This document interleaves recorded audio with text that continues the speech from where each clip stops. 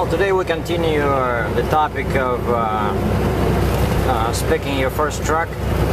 Last time I talked about classic trucks versus aerodynamic trucks. And you see that International Pro Star, so that's what I would buy if I was buying for myself again. Now they're available with the Cummins engine. When they switch to the technology, to the emissions technology everybody's using, right, with the DEF liquid. And Cummins is a great engine, and Pro Star is a great aerodynamic truck, you know. But if money was no object, I would probably buy a classic Freightliner Classic, you know, with the flat roof and a 70 or 76 inch sleeper. I just like the look of those, and I just don't understand the Pete's, you know, Peterbilts.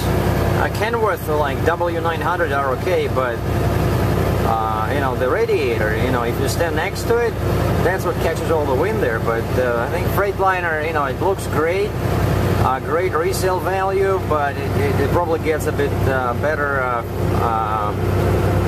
you know, fuel mileage than K-Whopper or Pete.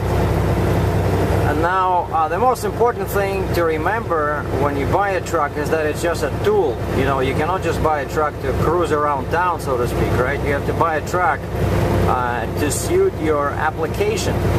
So, because of that, the best truck you can buy would not be a truck from a dealer's lot, but it will be a truck that the dealer custom specs for you and orders from the plant. You know, that's what I would do. But in order to achieve that, you need to know what you want. You need to be, you know, versed in truck specs, and you need to know your application. If you just buy a generic truck, you know, and you're not sure what you're going to be hauling in a couple of years, you know, just I would say go for something used. Now, when I was buying this International, and this is a 2004 9400, I got it because it was pretty much new. Someone used it just for a year, probably as a team operation. It had 169,000 or 165,000 miles, and it's 2012 now. So basically I put 500,000 miles on it in 5 years, and it didn't give me too much trouble. I think I replaced like one injector or something, but I spent a lot of money on customizing the truck, you know, and that's the problem with buying used, is because you buy someone else's spec. And, you know, like in my case, I just treated this as a kind of a performance project because this was my first truck, so I just invested a whole bunch of money, you know, into increasing horsepower, torque, you know, re-rating the transmission, you know, axle, changing axle ratio, stuff like that. But I don't know. So yeah, torque is important. Get the best torque, the highest torque you can afford. Like right now, I would go for sure for 20-50 pounds of torque. You know, salespeople will laugh at you, but if you do that, you'll be. That's the classic with the flat roof. That's the one I like. But I mean, when they're brand new, boy, they look great. But I would still hide those exhaust pipes, you know, and maybe get rid of those air breathers on the hood. Wheelbase is important. You don't want too short a wheelbase because then the ride will be choppy, but if you get too long, then the truck will be too heavy. And in Canada, we are limited to 244 inches. So that's what I would go like with. My truck now has a 235. It's a really short Canadian truck. 244 would be better. Now, tanks.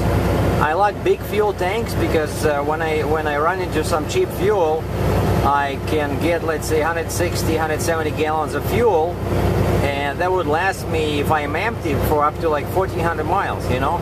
But what I would do now, I would get tanks that are you know, more narrow, like narrower and longer, because this way you don't put as much weight on the front axle, because The front axle is the axle where tires and everything else works the hardest, because you often run all the way to 12,000 pounds on it, you know, so you want to, you know, shift some weight away from the front axle. So maybe, you know, ask the dealer to move the tanks a bit towards the rear. Now on the front axle, I would go with the one step above the basic 12,000, because again of the frequent overloads, you know, and potholes and stuff like that. Just I would get the highest rating that's still available with an air ride. Like my truck now doesn't have you know, air suspension, and I miss that, because of course that makes the ride more comfortable, and it prevents and it keeps the engine, you know, working longer, because there's less vibration, you know, there's less breakage.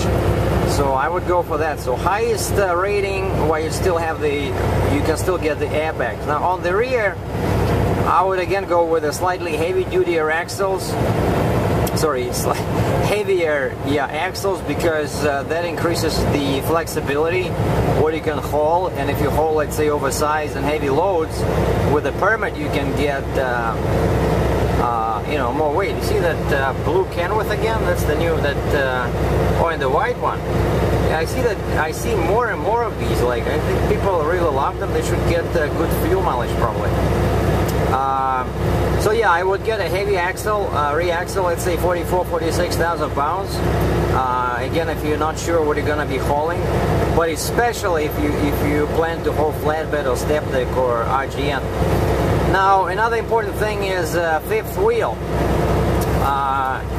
You need a slider for sure, and a lot of trucks come with a very small slider, like the how many inches you can slide the fifth wheel, you know, like I think mine has like 12 inches only. And the way the slider is positioned is kind of ridiculous. They put it all the way towards the front, which doesn't make any sense.